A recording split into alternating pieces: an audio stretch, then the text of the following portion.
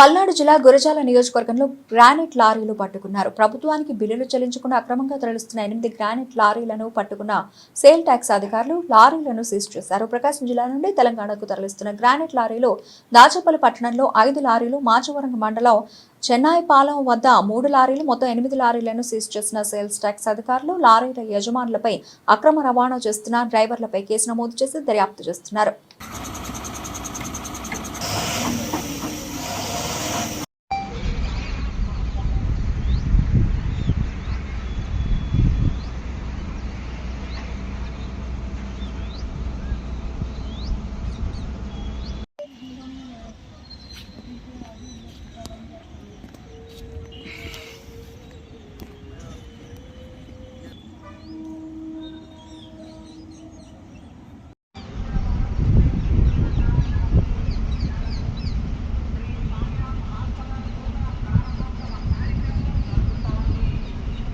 hospital నూతన ప్రారంభోత్సవ